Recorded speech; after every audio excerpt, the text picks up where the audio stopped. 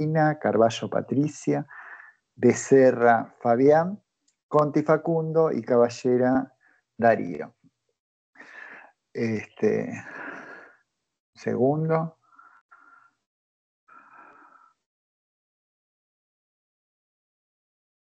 Vamos a pasar a la otra diapositiva.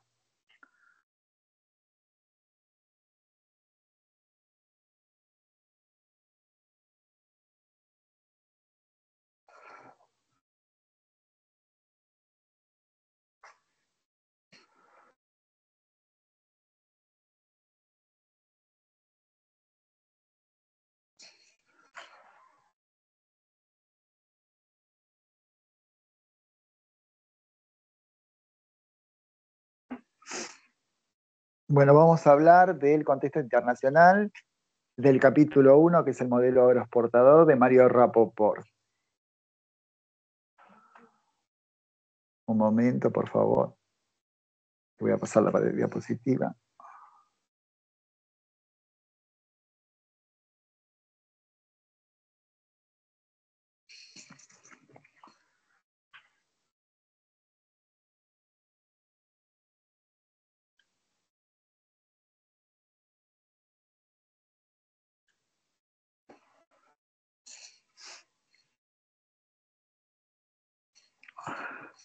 Bueno, ahí se ve, capítulo 1, vamos a la otra.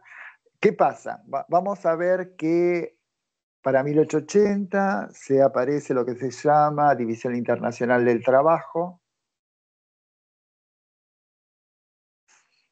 Ahí se ve, esta División Internacional del Trabajo significaría que los países industrializados van a vender productos manufacturados o productos terminados, bienes y servicios, a cambio de materia prima de los países periféricos o aquellos que no son industrializados, aquellos que no han desarrollado ningún tipo de industria. Acá vamos a ver un periodo finales del siglo XIX, un periodo de transferencias de recursos económicos que están más allá de la frontera. Todo esto pasa porque en 1873 se produce lo que se llama una crisis. Esta crisis se da por sobreproducción. Esta sobreproducción viene por los avances tecnológicos que vienen desde la primera revolución industrial. A partir de ahí, las maquinarias, el hecho de aparecer los trenes, maquinarias con mayor potencia, han generado que la oferta haya sido superior a la demanda. Este problema de la oferta superior a la demanda ha hecho que caigan los precios.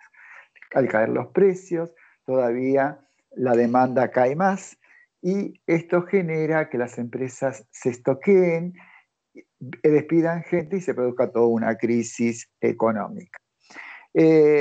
Para lograr ubicar los productos de la oferta, lo que buscan es ir más allá de las fronteras. Estos países industrializados buscan nuevos mercados. En el caso de Gran Bretaña, va a buscar los países de su colonia y algunos países de América del Sur, como es el caso de Argentina. Y hacia allá van a ir las inversiones porque las rentabilidades empiezan a bajar. ¿Se entiende? Entonces ahí vemos que el 40% de las manufacturas van a ir hacia el continente asiático, el africano, Oceanía y Sudamérica. Mientras el 45% del mercado de materias primas va a ir hacia Gran Bretaña, Alemania y Francia. Estos países van a absorber eso. La inmigración, que es la necesidad de manos de obra que se necesita en América, va a ir el 97% de la inmigración mundial va a ir hacia América en busca de nuevas oportunidades, en busca de nuevos trabajos. Acá lo que les hablé a ustedes de la crisis, en 1873 se produce una crisis del capitalismo, es una crisis que genera una gran depresión que va de 1873 a 1896. Ahí tiene su recuperación la crisis económica. Esto hace una caída de los productos manufacturados y mayor es la caída de las materias primas. Quiere decir que los precios de las colonias y de los países que no tienen industria son muy bajos, pero la necesidad de vender también hay un aprovechamiento de los países capitalistas o con mayor riqueza durante ese periodo, ¿no? Eh, ahí vemos, no puedo llegar a ver, los incrementos masivos de producción y exportación, vamos a ver que van a venir de los países industrializados. Hay una disminución del costo de transporte, si bien tiene que ver con los avances tecnológicos, el tren disminuye los gastos de transporte y también la mayor cantidad de mercadería hace que se llenen los barcos y se distribuyan, disminuyendo los costos. Ahí como dice ahí, ¿no? Ya lo expliqué, en 1896 vamos a ver que tenemos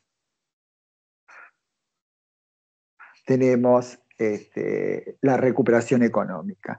Hay cambios tecnológicos que vienen de la segunda revolución industrial, esto tiene que ver con la electricidad, con los frigoríficos, con los motores a combustión, con las comunicaciones, que es por ejemplo el tren, el auto a finales del siglo, la comunicación, el telégrafo y el teléfono, y vamos a ver preocupaciones sociales debido a la caída de los salarios reales y al aumento de la desocupación en aquellos sectores que no fueron favorecidos con las nuevas tecnologías. Esto va a generar que vengan, ¿no? Empiecen a agruparse en reclamos salariales y reclamos el comienzo de los sindicatos. Hay una gran disminución de las ganancias y las rentabilidades. Gran Bretaña ve que con esta crisis se le produce una caída de las rentabilidades y la regulación tanto de su país como de Europa hace que busque en los países periféricos o agrícolas donde las legislaciones son más flexibles, se las pueden negociar ante la necesidad de, de recursos que tienen estos países más pobres, ir hacia ahí y obtener mayores rentabilidades. Gran Bretaña también trabaja con el sistema financiero, prestando, y ahí utiliza la usura, cosa que no lo puede hacer ni en Europa, ni tampoco en Gran Bretaña. Y ahí mandan su gran masa de capitales de inversiones porque ven la oportunidad de mayores rentabilidades, como dice acá la especulación financiera. Las inversiones extranjeras directas van hacia grandes empresas que ocupan en el mercado un lugar oligopólico o monopólico y así pueden tranquilamente manejar los precios. ¿Qué pasa? Los países ante esta crisis aumentan su protección. Si bien Estados Unidos era proteccionista desde la presidencia de Washington, el que podía ser más liberal era Gran Bretaña a partir de la abolición de la ley de granos de 1846, era el único que podía dar ese lujo por el avance tecnológico que tenía Gran Bretaña y también porque había ocupado el mercado internacional. Después de la crisis, finales de los 70, principios de los 80, ya empieza a usar medidas proteccionistas por la situación económica. Por eso vamos a decir que el libre cambio es la excepción y la regla es el proteccionismo. Reino Unido es parte de sus exportaciones tanto de capital y las dirige hacia los mercados protegidos de su imperio, de sus grandes colonias. El caso más especial es la India, Australia, Canadá y también Sudamérica. Esta etapa se caracteriza por la diversidad, no por la diversidad de poder económico y diversidad de producción de bienes y servicios, algunos materia prima y otros productos manufacturados, y un creciente movimiento de capital. Bueno, Gran Bretaña reduce el crecimiento, si comparamos en 50 años, de 1820 a 1870, vamos a ver un crecimiento de Gran Bretaña que va de 3 a 3,5% anual. En los otros siguientes 50 años, que va del 70 hasta el 2010, 2014, vamos a ver que el crecimiento anual va de 1,5 a 2,8. Esto se debe a que siguió con su política financiera y vender siempre los mismos productos sin aprovechar los avances tecnológicos de la segunda revolución industrial. Mientras aquellos países jóvenes industrializados sí desarrollan otro tipo de productos como electrodomésticos, motores a combustión, autos, entonces agarran grandes mercados y genera mayor interés de los países en desarrollo. Por eso dice que esta posición de liderazgo hizo que si continuara vendiendo acero, hierro, carbón, textiles, ¿no? Siempre los productos de ese tipo. Aprovechaba con esto su expansión colonial, ¿no? Porque ya tenía un mercado cautivo, ¿no? Así como aquellos mercados que había ganado antes que los otros países se dedicaran a las grandes exportaciones de bienes. La participación, esto de no tener avance, hace que la participación del comercio exterior del Reino Unido, del comercio exterior del Reino Unido, empiece a declinar a partir de 1880.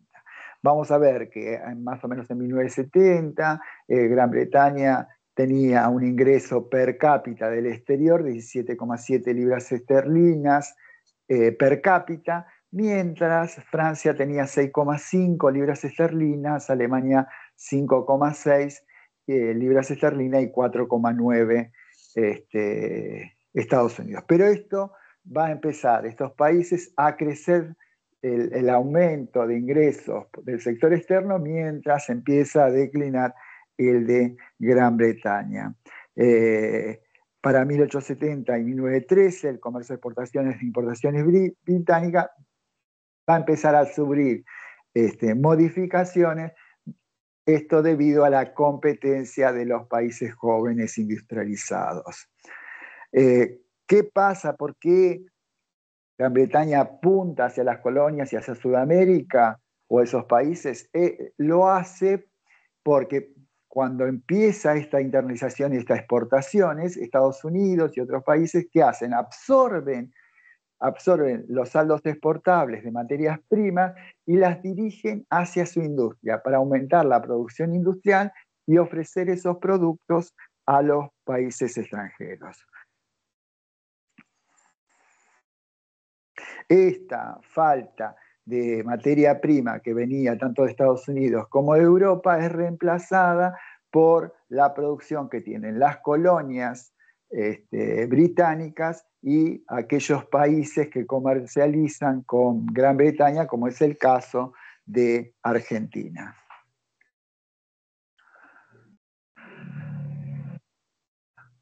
¿Qué dice? Bueno, en 1870 parte de las importaciones se financian con los ingresos invisibles. ¿Qué significa eso? Muchas veces Gran Bretaña importa más de lo que exporta y eso se compensa con los intereses de los préstamos que da, que él practica la usura con altos intereses, los ingresos de las inversiones que tienen, de las empresas que tienen en los países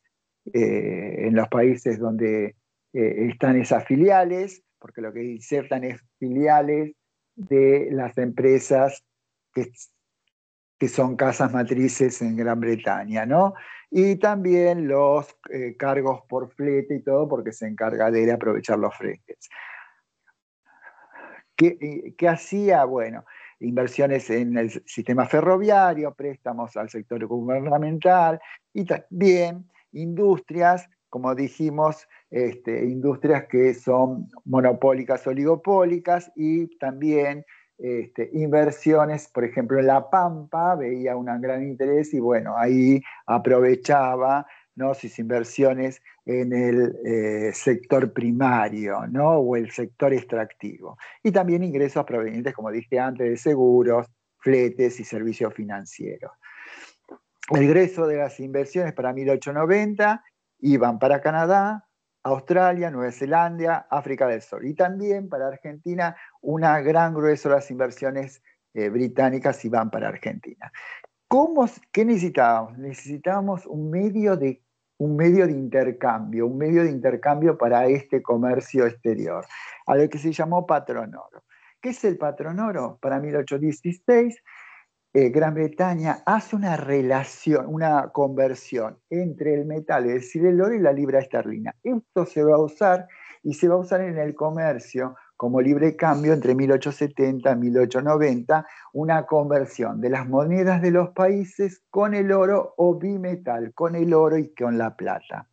Los déficits comerciales, ¿qué hace? Cuando hay un déficit comercial, es decir, mayor importaciones que exportaciones, esto hace que salga el oro del país y provoca, al salir el oro del país, a ver poco oro, empiezan a abaratarse los precios, empieza a ser más barato, entonces se hace un cambio, ¿no? Entonces empiezan a aumentar las exportaciones y disminuir las importaciones por falta de oro. Las políticas monetarias implementadas aseguran la libre convertibilidad, es decir, esta relación de patrón-oro permite una libre convertibilidad de la moneda del oro y esta con las exportaciones e importaciones del metal sin ningún tipo de impedimento, porque se usaba como medio de cambio. ¿Qué es el imperialismo? El imperialismo tiene que ver en relación a Gran Bretaña con sus colonias, ¿no? Gran Bretaña tenía muchas colonias, Canadá, Australia, y la más importante, la joya, era la India.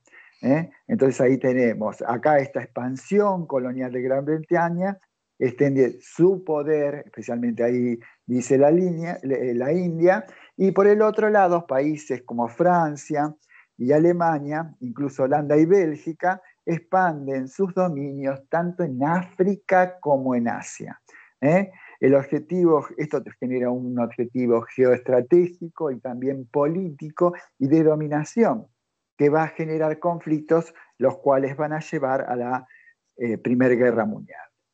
Las colonias aseguraban el aprovisionamiento para la colocación de los productos de estos países industriales. La libertad de comercio y la movilidad de factores, porque había libertad de comercio entre esas colonias y el país, ¿no?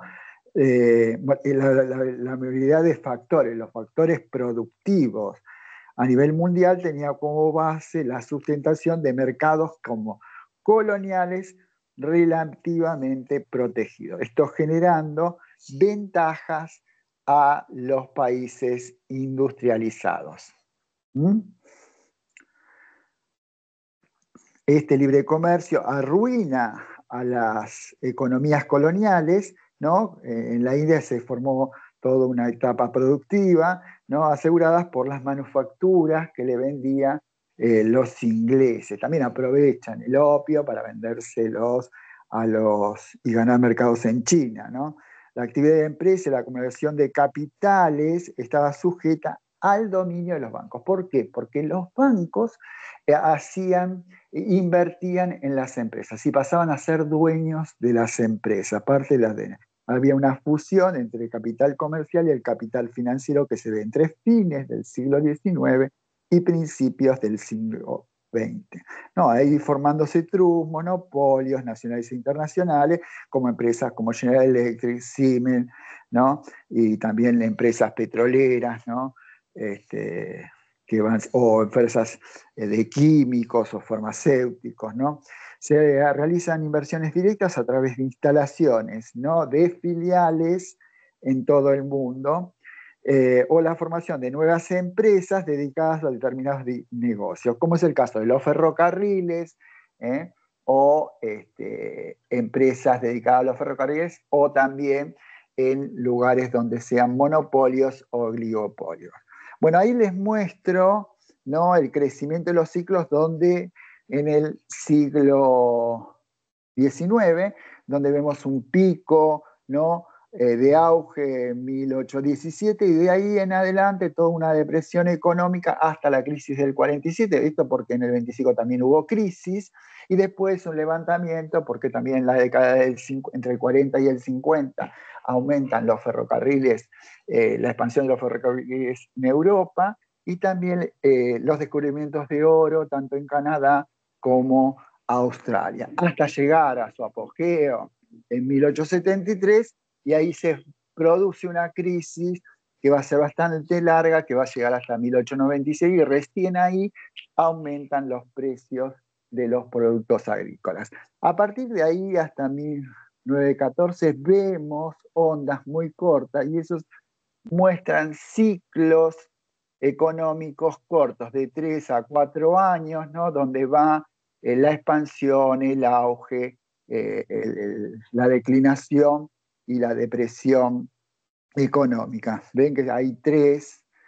Bueno, espero que hayan entendido, que haya sido de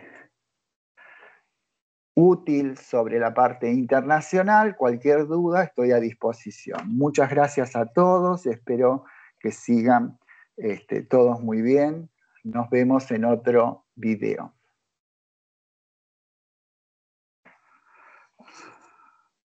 Muchas gracias.